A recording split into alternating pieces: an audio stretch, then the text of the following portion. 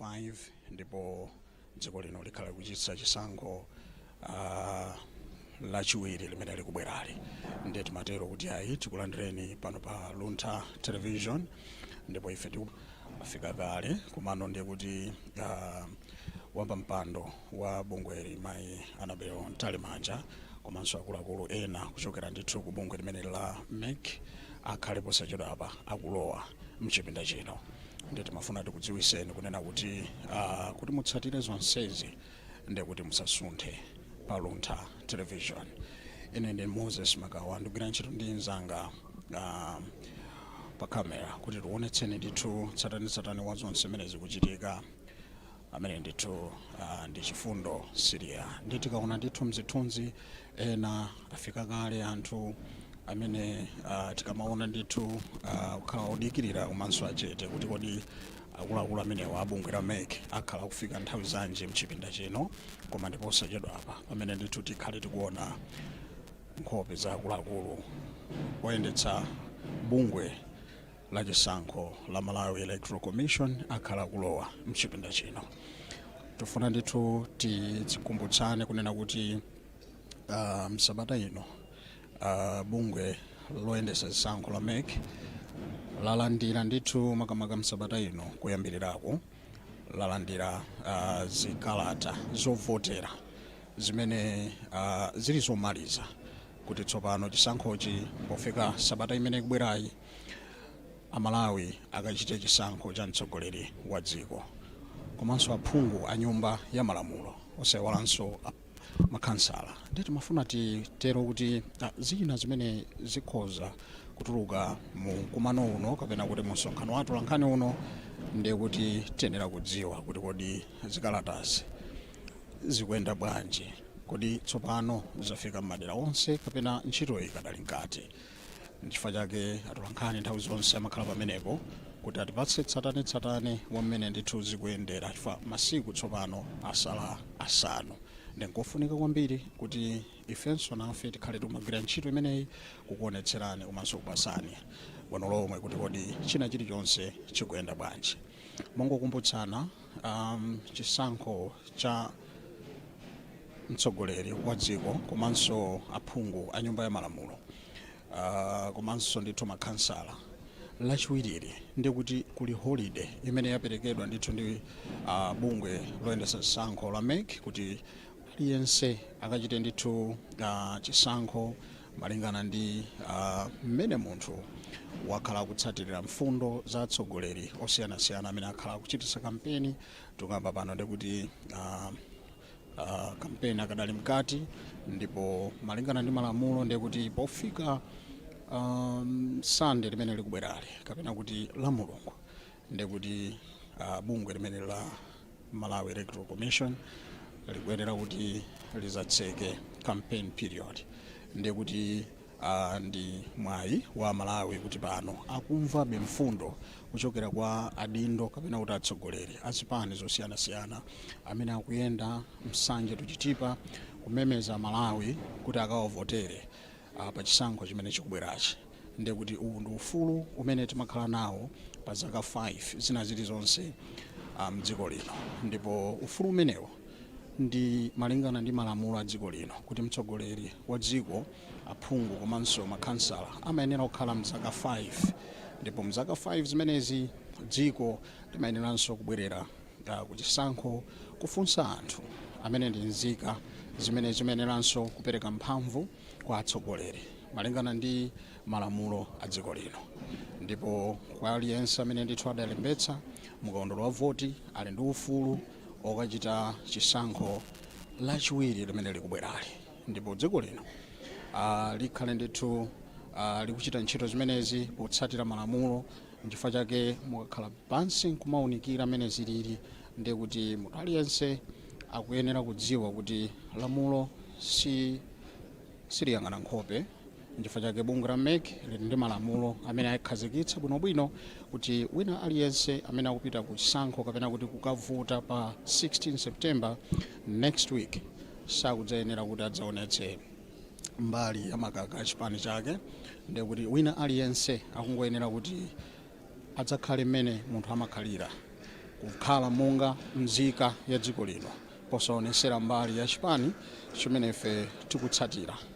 Ndiye kuti malamulo amene ngofunika kwambiri kumatsatira ngati mzika. So posachedwa pa tikupatsireni ndithu kunsanja kumene tikuona mipando imene ikuoneka kuti sadafike akuluakulu amene akuyenera afike muno atifotokozere ngati dziko kuti kodi kwenikweni atitengeranji, ndipo atolankhani amakhala ndi mwawi ofunsako mafunso pa zimene ndithu bungweli lafotokoza, komanso mwina zimene atolankhani akhala kumva mwina kuchokera kuzochitika komanso mwina kwa nzika, kuti iwowo malingana ndi malamulo amayenera abwere kuno atifunsire mafunso, komanso makamaka atiyimirire ife ngati mzika zimene ife sitingathe kufunsa komanso kulankhula atolankhani ali kuno.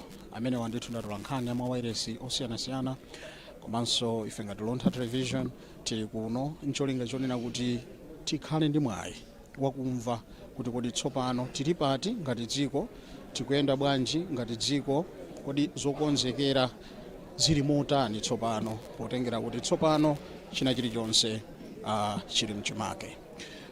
Tikaona ndithu mzithunzimo pamenepa ndithu mzanga akhala kutionetsa kuti akuluakulu ndi amenewo amene akufika tsopano mchipinda chino, akuluakulu kuchokera ku bungwe la MEC amene akhala kuti yankhula.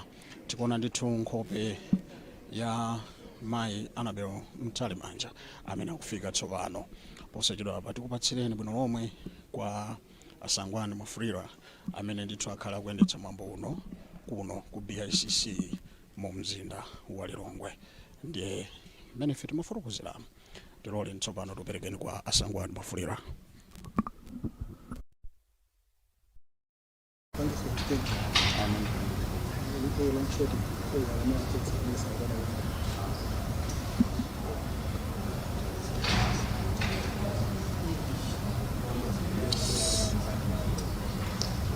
Good evening and welcome. My pleasure and privilege this evening too that I can moderate the proceedings today. So allow me, before I go into the protocols, to invite Mr. Hastings Bota to give us an opening prayer. Matsula bwino tikulandireni amene mukuonera kanema wa MBC komanso kumvetsera radio yathu tili kuno ku Bingu International Convention Center mu mzinda wa Lilongwe. Makamaka chimene chikuchitika madzulo ano, bungwe limene liloyendetsa zisankho la Malawi Electoral Commission likuchititsa msonkhano wa atolankhani motso ndi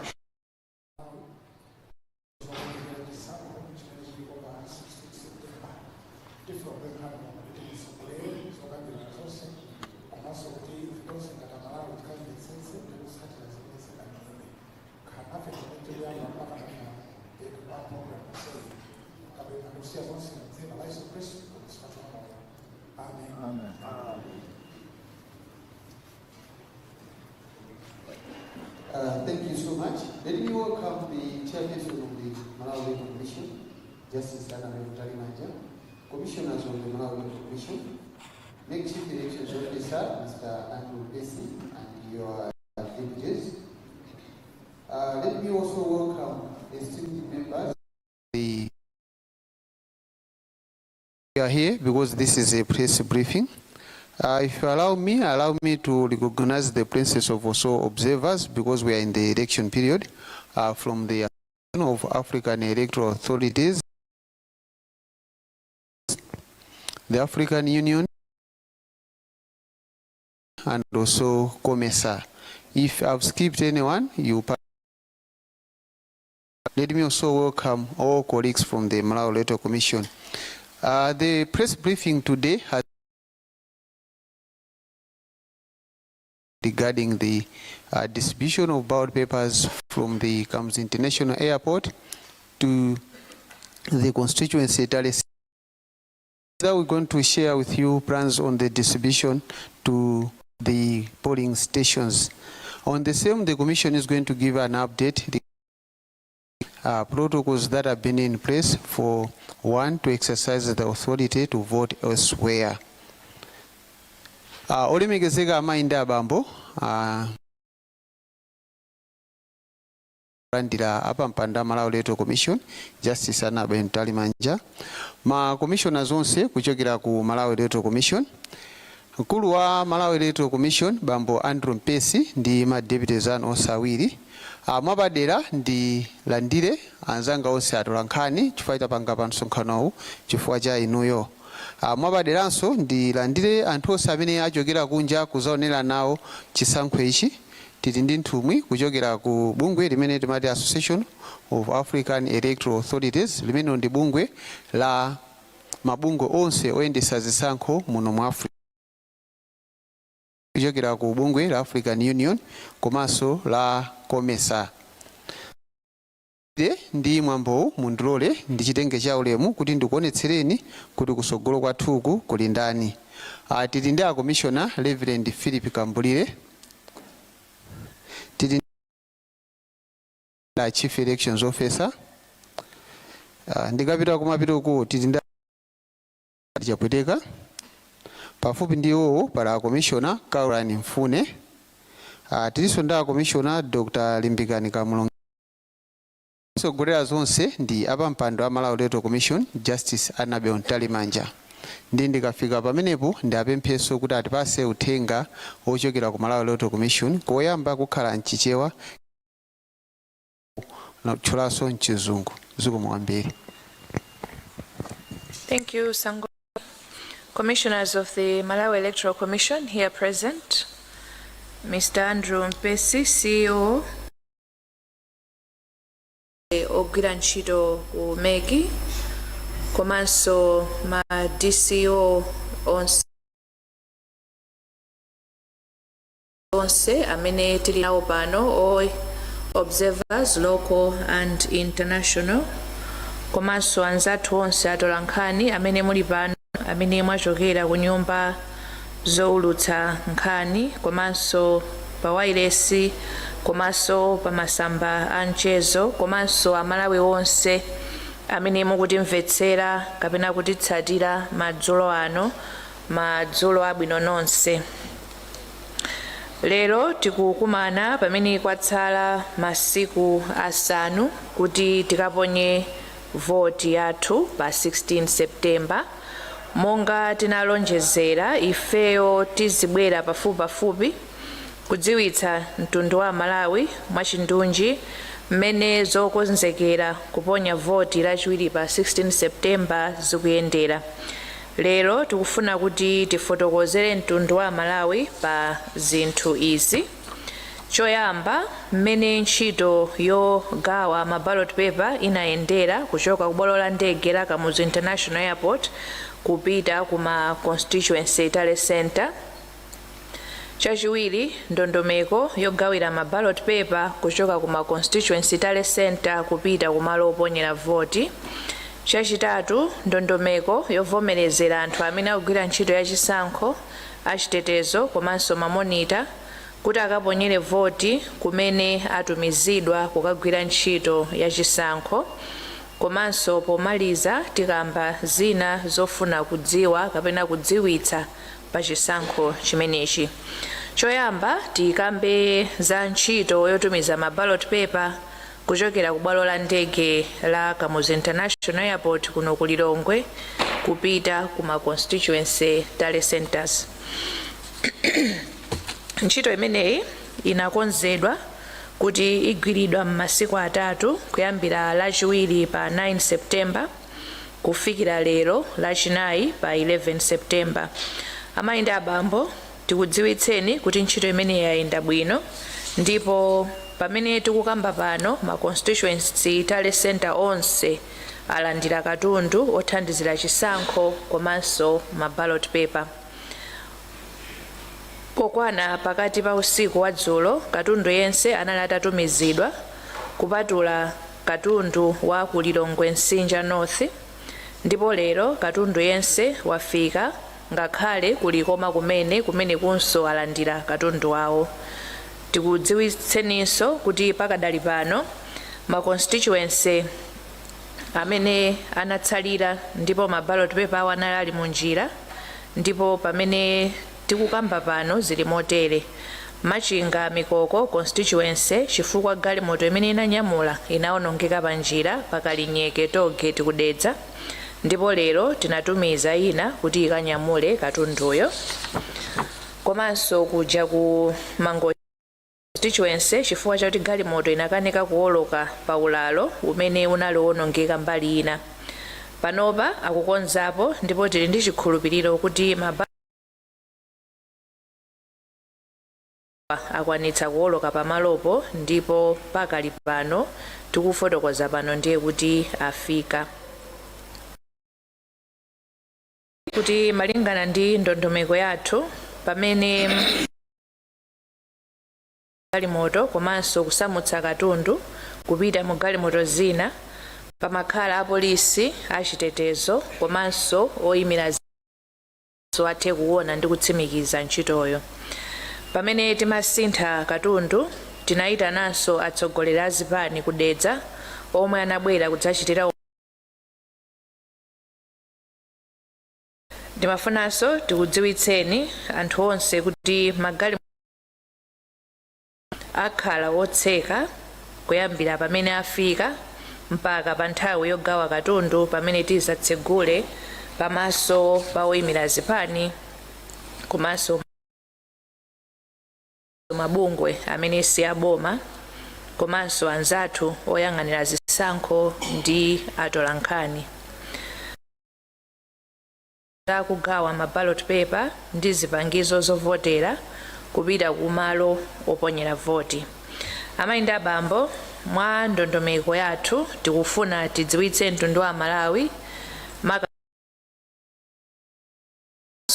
amene akupikisana nawo pa chisankhochi moyima pawokha kuti lachisanu limene lili mawa pa 12 September tikuyamba kugawa ma ballot paper komanso katundu wa zisankho kupita kumalo oponyera voti kuchoka kuma constituency tale centers. Ntchito imeneyi idzayamba nthawi ya 8 koloko mmawa, ndipo ma presiding officer onse akuyembekezekera kudzafika pa constituency tale center mu nthawi yake monga momwe tinawafotokozerera komanso kuwaphunzitsira. Titsindike apa kuti amene achedwe ndi kupezeka kuti sanafike mu nthawi yake ifeyo tikayikapo presiding officer wina. Komanso tikufuna tipemphe azipani ndi opikisana pa zisankho kuti atumize mamonita awo amene anawasankha kuti akakhale ku constituency tale center komwe tikugawa katundu ndi cholinga choti adzaonerere kuti ntchito imeneyi ikuyenda bwanji. Amayi ndi abambo, dongosolo lathu ndilakuti pofika loweruka pa 13 September malo onse oponyera voti akhale kuti alandira katundu yense ofunikira poponya voti, ndipo anthu ogwira ntchito adzakhale atafika pamalopo. Ngati pangakhale zovuta ndi zochedwetsa zina zilizonse, ndiye kuti pa 14 September tidzakhale ndi mpata okhonza komanso ndi kuthana ndi vuto linalonse limene lingathe kupezeka. Kutsimikizira katundu amene walandiridwa pa polling station. Amayi ndi abambo, takonza ndondomeko kuti lolemba pa 15 September pa mzere una uliwonse wa voti kapena tinene kuti polling station adzatsegula katundu amene alandira kuti atsimikizire kuti alandira zolondola komanso alandira mulingo oyenera. Ntchito imeneyi idzayamba 9 koloko mmawa, ndipo mamonita azipani komanso oyima pawokha adzapite kumalo kumene anasankhidwira kuti adzakhalepo ndi kuonerera ntchitoyi. Titsindike pamenepa mamonitors amene mwasankhidwa kuti mukukayimirira opikisana nawo, chonde gwirani nthawi iyi ndi 9 koloko mmawa, muonetsetse kuti pofika nthawi iyi mwafika kuti muthe kuonerera kuti ntchitoyi ikuyenda bwanji. Mwambo otsimikizira katundu udzayamba 9 koloko monga tafotokozera, ndipo tinenetse kuti sitidzadikira monita wa chipani chilichonse kapena candidate aliyense. Ikakwana 9 o'clock ife tikayamba ntchito, ngakhale kuti mwina mamonita angakhale kuti sanafike. Nthawi ikakwana tidzayamba ntchito ndithu. Tinenenenso tinenenso kuti oyenera kubwera ndi mamonita okha ndi osati atsogoleri ndi adindo achipani. Amene ali ovomerezeka kubwera kuzaonera ntchito imeneyi ndi mamonita amene mayina awo munatitumizira. Atsogoleri azipani kaya ndino a Secretary General kaya udindo una uliwonse simulovomerezeka kuti mudzakhale pamalopa. Chonde tiyeni titsatire ndondomeko imeneyi kuti tidzakhale ndi ntchito yopambana. Maphunziro a anthu ogwira ntchito pa polling station. Amayi ndi abambo, tikamaliza ntchito yotsimikizira katundu amene walandiridwa pa malo aliwonse oponyera voti, tidzayamba ntchito yophunzitsa anthu amene adzagwire ntchito mothandizira presiding officer pa mzere uliwonse. Maphunziro amenewa adzapangitse ndi presiding officer yemwe ali ndi ukadaulo oyenereka. Mongofuna kuthandizirako, bungwe loyendetsa zisankho lidzalola mamonita azipani ndi opikisana moyima paokha kukhala nawo ndi kuonerera maphunziro amenewa. Azipani tikukumbutseninso kuti mamonita onse azipani zanu kapena opikisana nawo ndi amene adzabwere. Koma kubwera kumeneku adzazisamalira okha kumbali ya mayendedwe ndi zakudya. Chonde ma Secretary General komanso adindo kuzipani komanso adindo aiwo opikisana nawo, chonde asamalireni mamonita zanu moyenerera, apatseni mayendedwe. Kunja kukutentha kufunika madzi okumwa, atumizeni ndi zoyenerera. Kuvotera malo ena kwa anthu amene adzakhala kugwira ntchito yachisankho.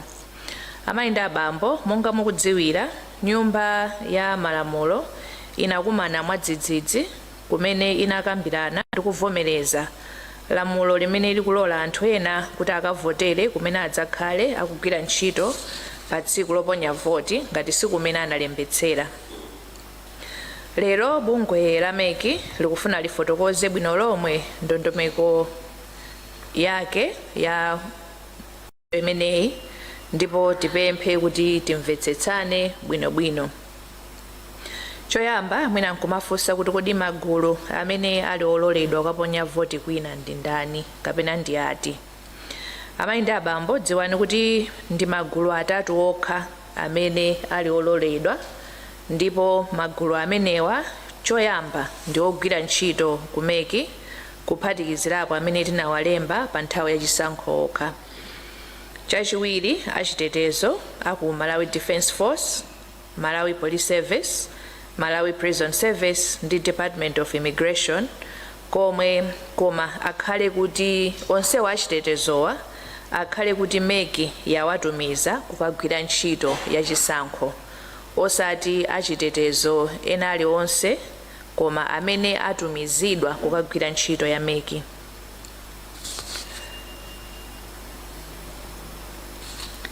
Achitetezo amene angapezeke akugwira ntchito pa tsiku limeneli koma sanatumidwe ndi MEC, monga tiyerekeze kuti akuperekeza adindo kukavota, amenewa sangaphatikizidwe nawo pa ndondomeko zathu, ndipo iwowa sakuloledwa kukaponya voti kumalo iwo kumene iwowo sanalembetsere. Kwa adindo komanso tonse amene tili ndi achitetezo amene timayenda nawo, tiyeni tikhazikitse ndondomeko zokuti iwowa athe kukaponyera voti kumalo kumene analembetsera. Chonde tisapezeke tikulandira pempho tsiku loponya voti kuti wachitetezo wanga muloleni kuti aponye voti. Izi ndi zosaloledwa. Chachitatu, gulu lachitatu lovomerezedwa ndi mamonita azipani amene mayina awo anaperekedwa kuti akagwira ntchito pa tsiku loponya voti pa polling station, kapena pa constituency tale center, kapena pa district tale center. Apa tinenetse kuti MEC ilibe dongosolo lovomerezera mamonita oyendayenda kumalo oponyera voti. Kulibe mpata wokuti pali monitor ongoyendayenda. There is no provision for roving monitors. Onse amene azipani kaya opikisana akonza kuti mamembala awo azizayendera anthu awo adziwe kuti sakuyenekera kufikira malo oponyera voti. Ngati akufuna kuyankhula ndi mamonita awo akhale pa mtunda wa 100 meters kuchokera pa malo oponyera voti, ndipo amuyitane monita wawo kuti akakambirane naye kumeneko. Ndiye mwina mwabwera kuti mukufuna mupereke chakudya kwa mamonita anu, chonde onetsetsani kuti izizi zichitike radius ya 100 meters kuchokera pa malo oponyera voti. Simuli ololedwa kulowa mkati mwa polling station kupitirira 100 meters. Amayi ndi abambo, titsindikenso kuti ngakhale oponyera voti umene akugwira ntchito akuyenekera kuti analembetse voti. Ngati sanalembetse sangaloledwe kutenga chilolezo choponyera voti kumalo kwina. Ndiponso dziwani kuti kuyeserera kufuna kuponya voti pamene simunalembetse ndi mulandu, ndi chonde tisachite moyeserera. Tifotokoze tsopano kuti kodi chilolezo chimenechi ndi chikatengeredwa kuti. Amayi ndi abambo, anthu onse amene akufuna kutenga chilolezo akuyenera kupita kwa constituency returning officer akudera limene adzagwireko ntchito pa tsiku loponya voti. Apapa timvetsetsane bwinobwino, chilolezo chikukatengedwa ku constituency kumene mukukagwirako ntchito pa tsiku loponya voti, osati kumene munalembetsera voti. Mamonita pa district center akatenga kwa district commissioner kapena chief executive officer wa konsolo imeneyo. Masiku opemphera chilolezo.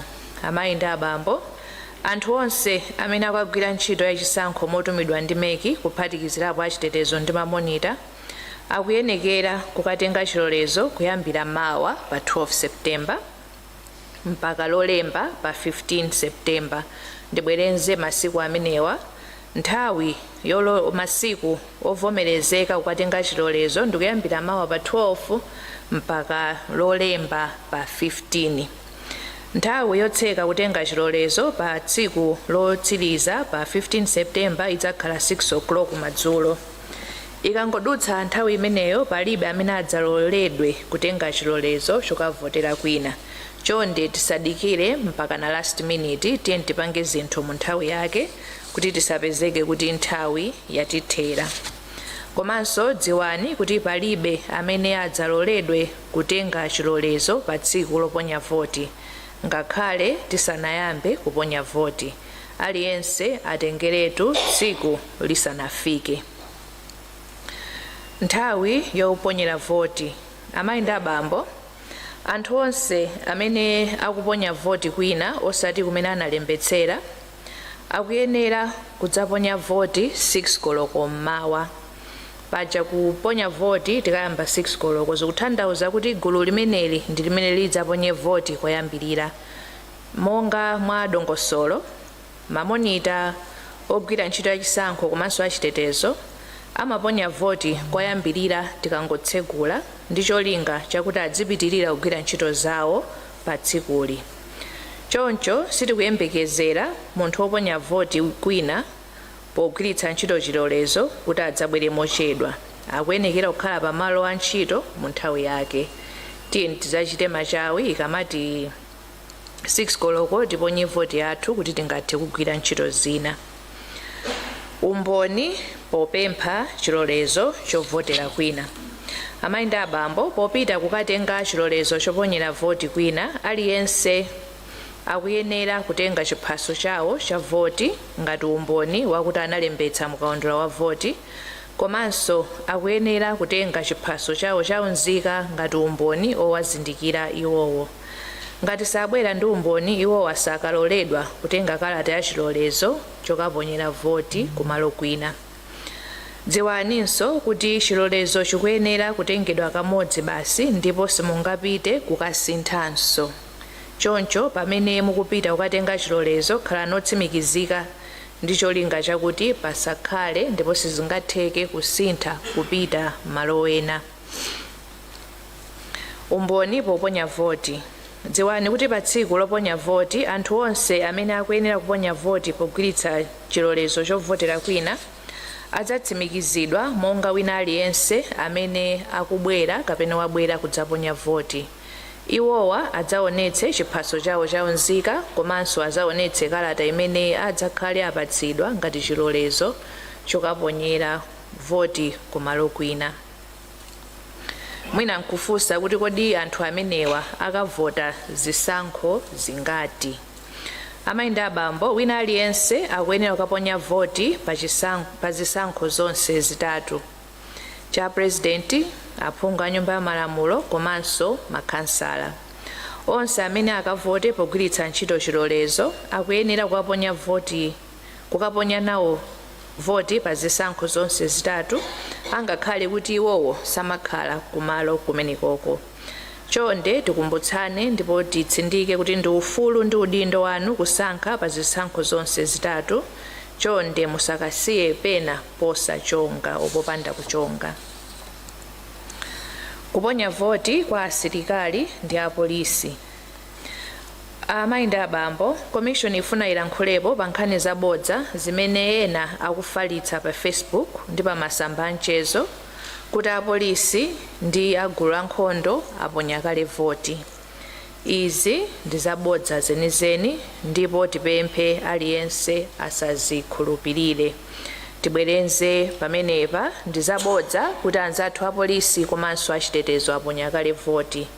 Aliyense adzaponya voti yake pa 16 September.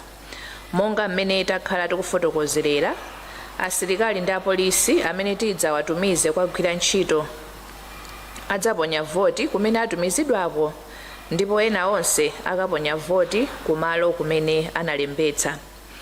Komanso chakuti mudziwe ndi chakuti poponya voti pamakhala mamonita azipani ndi opikisana, sizingatheke kuponyetsa voti mwachinsinsi. Lathu ndi pempho makamaka kwa onse amene amatchuka pa masamba amchezo, to all influencers, timayembekezera kuti mukhala anthu achitsanzo chabwino osati otsogolera kufalitsa nkhani zabodza. Aliyense ali ndi udindo othandizira kuti chisankho chathu chiyende bwino popewa kufalitsa nkhani zabodza. Tifotokoze tsopano za kuyimitsidwa kwa zisankho m'madera awa. Amayi ndi abambo, takhala tinafotokozerapo kuti bungwe la chisankho layimitsa ndondomeko za zisankho m'madera mwina chifukwa chokuti amene amafuna kupikisana kumeneko anatisiya. Ndemowonjezera manotisi tinapereka aja, tifotokozerenso kuti zisankho zayimitsidwa ku madera awiri awa motere. Choyamba ku Chilunga Ward, Zomba City North Constituency, potsatira imfa ya bambo Abrams Eliams Nyondo omwe amayimira chipani cha Liberation for Economic Freedom pa chisankho cha kansala. Komanso kuja ku Luntha West Constituency chifukwa cha imfa ya bambo Isaac Chisala omwe amayimira chipani cha Malawi Congress pa chisankho cha phungu.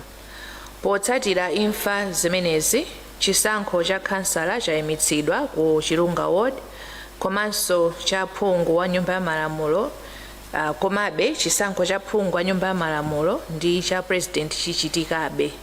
Tibwerenze pamenepa, angakhale kuti chisankho cha kansala chayimitsidwa ku Chilunga Ward, chisankho cha president komanso phungu wa nyumba ya malamulo zipitirira. Chonde anthu akumeneku tisanene kuti poti chisankho cha kansala chayimitsidwa ndiye basi sindipita iya tisatero, chifukwa chisankho cha president komanso phungu wa nyumba ya malamulo chikupitirira. Chimodzimodzi, chisankho cha phungu wa nyumba ya malamulo ku Luntha West Constituency chayimitsidwa, koma cha president ndi kansala chipitirira. Choncho anthu onse akupemphedwa kuti adzatuluke mwaunyinji kukaponya voti.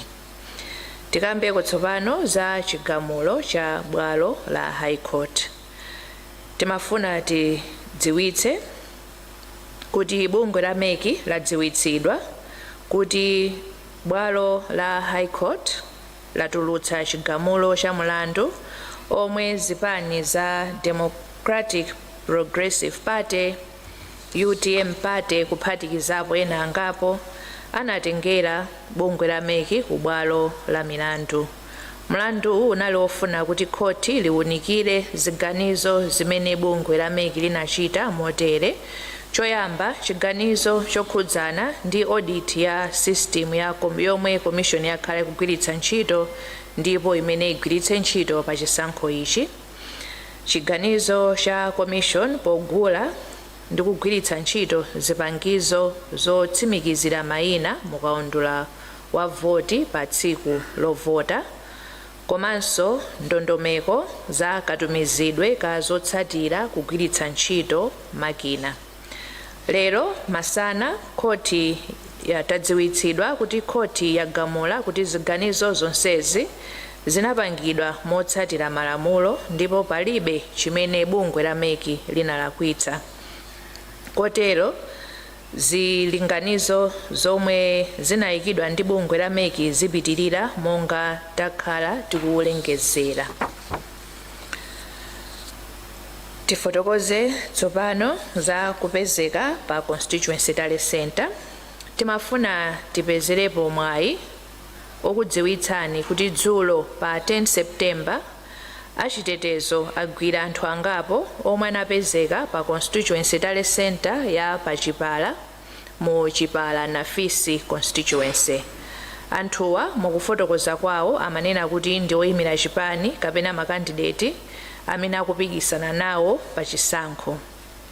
Titsindike kuti kupezeka pamalo a chisankho popanda chilolezo cha bungwe la MEC ndi mlandu.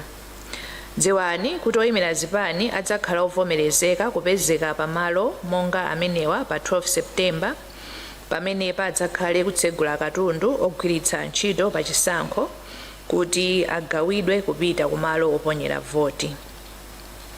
Oyimirawa adzakhalanso ovomerezeka kufika pamalo oponyera voti pa ma polling station pa 15 September pomwe padzakhale kutsegula katundu wa pa polling station kuti pakhale kutsimikiza kuti polling station iliyonse yalandira katundu olondola.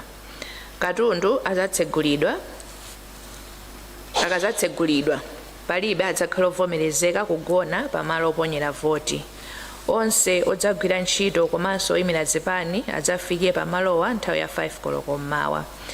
Titsindike pamenepa kuti chitetezo cha katundu athu yense wogwiritsa ntchito pa chisankho ichi kana ballot paper, mafomu ndi zonse ndi anzathu achitetezo ku Malawi Police Service komanso ku MDF. Palibe munthu nawo aliyense kaya ndi candidate kaya ndi monitor wa candidate zonena kuti iyeyo akayang'anira katundu ali m'manja mwa anzathu achitetezo. Tiyeni tialole kuti agwire ntchito yawo moyenerera komanso titsindike kuti ntchito za chisankho ndi malo achitetezo.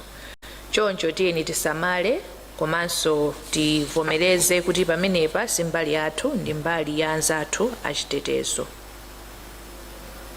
Ndikafika pamenepa ndikuthokozeni nonse chifukwa chakubwera kwanu komanso kumvetsera kwanu. Zikomo kwambiri. Now allow me to summarize the statement for our observers who will provide a full copy of the statement later on in English. For now I'll just highly summarize. So today the Commission is giving an update on a couple of issues. Number one is the dispatch of ballot papers. As we had been announcing, we received our ballot papers on the 1st through the 7th of September.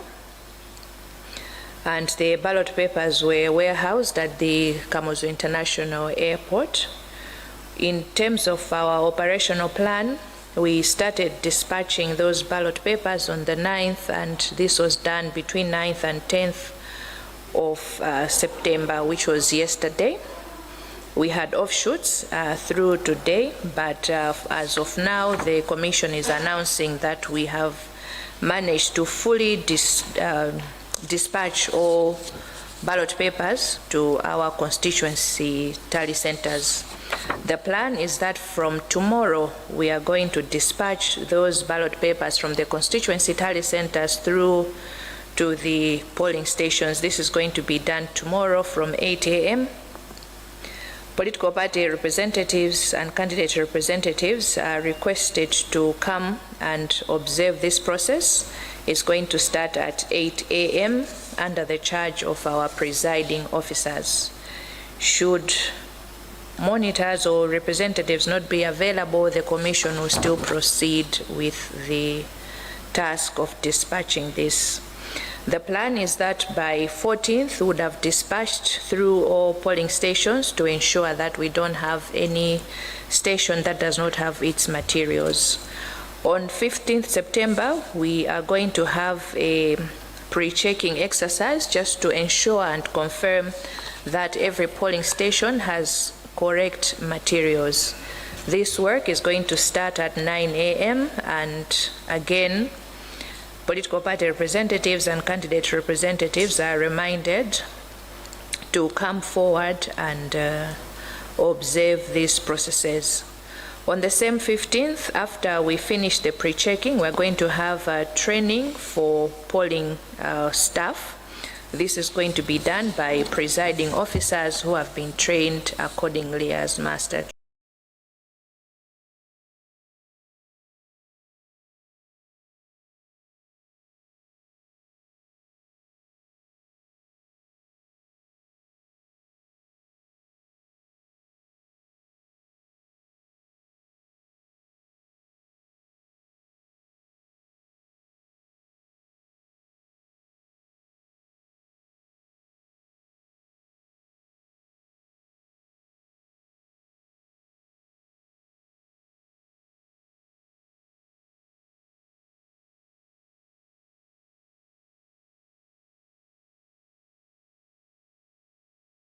Trainers.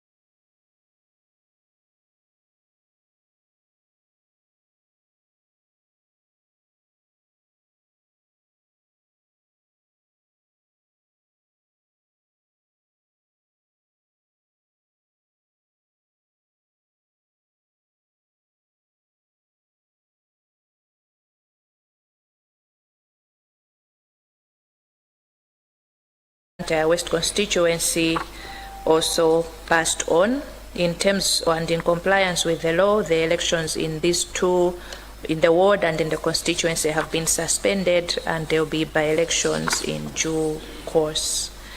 The Commission is also updating the nation of the outcome of the judicial review case that was filed by the DPP, as in Democratic Progressive Party and UTM, and others, that was filed against the Commission in terms of 3 decisions that were made by the Commission. Number 1, the decision of the Commission rejecting the demand for an audit of its EMS. Secondly, the decision to use biometric voter verification during polling, and also the decision to have hybrid transmission of results, including electronic transmission of results. The High Court has dismissed the claimant's case and found that the Commission was not in the wrong in all the 3 decisions that have been made. Following the decision of the High Court, the Commission will be deploying biometric voter verification on polling day. The Commission will also use hybrid transmission of results, and there will be no audit of the EMS. I thank you very much.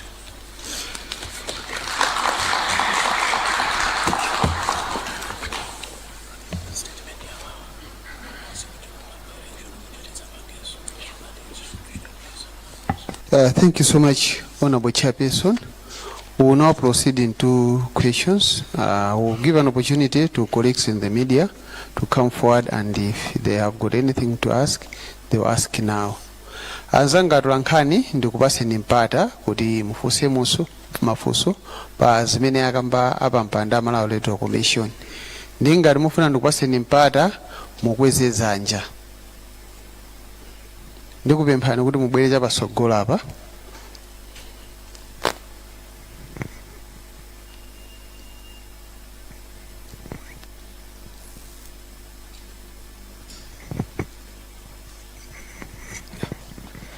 Zikomo kwambiri chair. Komanso makomishona onse ndakula kuti osamatire muno. Choyambirira kwambiri ndimangofuna ndingomvetsetsa, I think mu Chingerezi mwina simudakambe kweja kuchipala na fisi kuti kodi amene amangidwa pamenepo ndangati mu Chingerezi makamaka chifukwa kuti palibenso kufunsa mafunso mukachoka pano. Ndete pafuna kuti mwene takhaso mu Chingerezi. Mbali ina ndi yokhudza uyu amene adafalitsa kuti AMDF, that's ujene yayikulu kwambiri, implication yayikulu kwambiri kuti aponya vote. Kodi ameneyi pali china chimene chichitike chifukwa izizi zikuchulukira and kunena kuti achitetezo aponya kale vote, ndikukhulupirira kuti mwina achitetezo akanakhala number 1 kukhala patsogolo potenga mkulu ameneyi, komanso mwina iniwe azathu Malawi Electoral Commission zoti malamulo akuti chani pamenepo kwa munthu amene mu nthawi yofunikira ngati iyi akufalitsa nkhani zimene sizoyenera kuti mwina anthu zitha kuwasokoneza nkhani yokhudzana ndi kaponyedwe ka vote. Zikomo kwambiri, ndimafuna muliyankhe mchichewa komanso mchingerezi.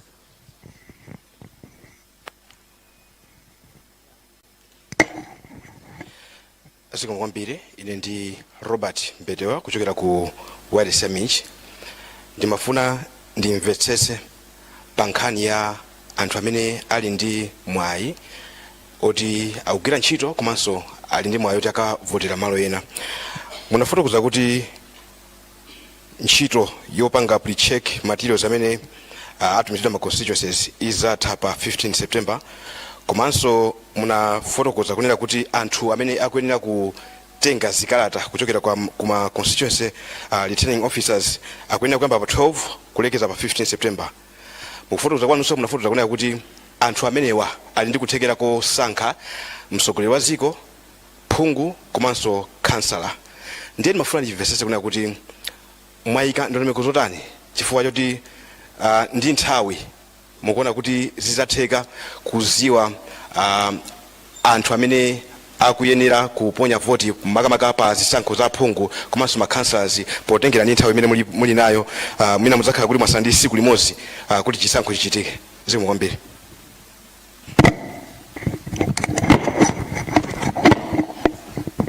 Ndine Kenford Ndima wa Zodiac, ndine mafunso awiri. Ndimafuna kufunsa nkhani yomweyinso yokhudza anthu amene muwalole kukaponyera malo ena vote. Choyamba mafuna tidziwe kuti mukuti akatenge chilolezo kuma offices a DC, kodi pali chilinganizo chapadera chifukwa ma offices aboma ngati a DC kumathero a Sabata ngati weekend sagwira ntchito, mamwayika kuti zimenezi zichitika kuyambira Friday mpaka na Monday pa 15 September.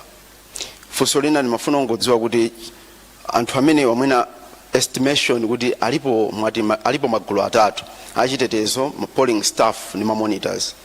Poyamba meki inafotokoza kuti anthu amene anali oti atopangidwa bawo saponya vote anali around 80,000. Kodi pano magulu amenewa ndotino alipo angati? Second.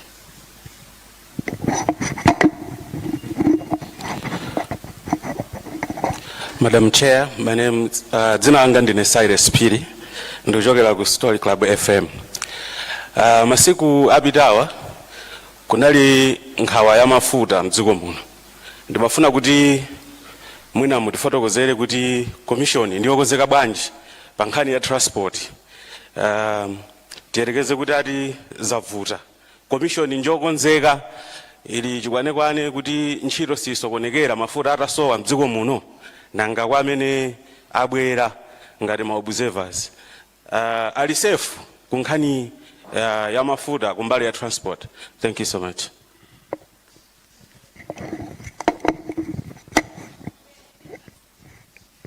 Zomwe kwambiri ndikhulupirira kuti mafunso amene tinali nawo ndomwewo ndikamapasa apampanda malawo letu commission kuti ayankhe ndi kuti akamaliza kuyankha aperekanso mawu otsekera. Zikomo kwambiri. Zikomo kwambiri Sangwani komanso onse chifukwa cha mafunso amene abwera. Ndiyambe ndi Mr. Emmanuel Chikonso from MBC. The incident at Chipala involved 2 individuals, and those are the ones that are in custody presently. What will happen to the individual who posted the very fake news on Facebook? Let's just say the law will take its course. We have our cyber laws in place that regulate that space, and the law will take its course accordingly. Robert Mbetewa from MIJ, Authority to Vote Elsewhere. We have a protocol in place, we have guidelines in place that the Commission has developed following the amendment of the law. And specifically, we have designed a form for your interest. We are calling it Form 29, which is the form that is used both for applying for authority to vote elsewhere and also for the grant of the authority itself by the Commission. As I indicated earlier, the authority to vote elsewhere is restricted only to those who are involved on polling day on electoral duties. And because the specific category, this the application to vote elsewhere is going to be preceded, obviously, by a deployment. If it's a BVVID officer, they would have been deployed to a certain polling station, and they would know already where they are going. And even on our end, we are going to know that this person who is applying for authority to vote at a polling station in Intalile would already have a record of that fact, and so we are going to have a seamless process. I'll join that question with that one that came from ZBS. Indeed, the authority, the application for authority to vote elsewhere is happening during the weekend, but as you would know and appreciate, there is no weekend as we speak now, because we are all working on this to ensure we are ready by 16th September. So you are going to find officials at the DC's office, put simply, because they are also working around the clock to ensure that we have seamless processes. In terms of transport and logistics, the Commission is ready and prepared. We have committed fuel supply for the transport requirements of the Commission. That is starting with the dispatch of ballot papers through to constituency tally centers. As you have seen, we have not reported that we had challenges with fuel. We were able to fuel all the trucks, that 229 trucks to be exact, that went to the constituencies, and we also have supply of fuel to facilitate the dispatch of the ballot papers and other materials from the constituency tally centers through to the polling stations. not only to dispatch, but we also have committed supply for retrieval.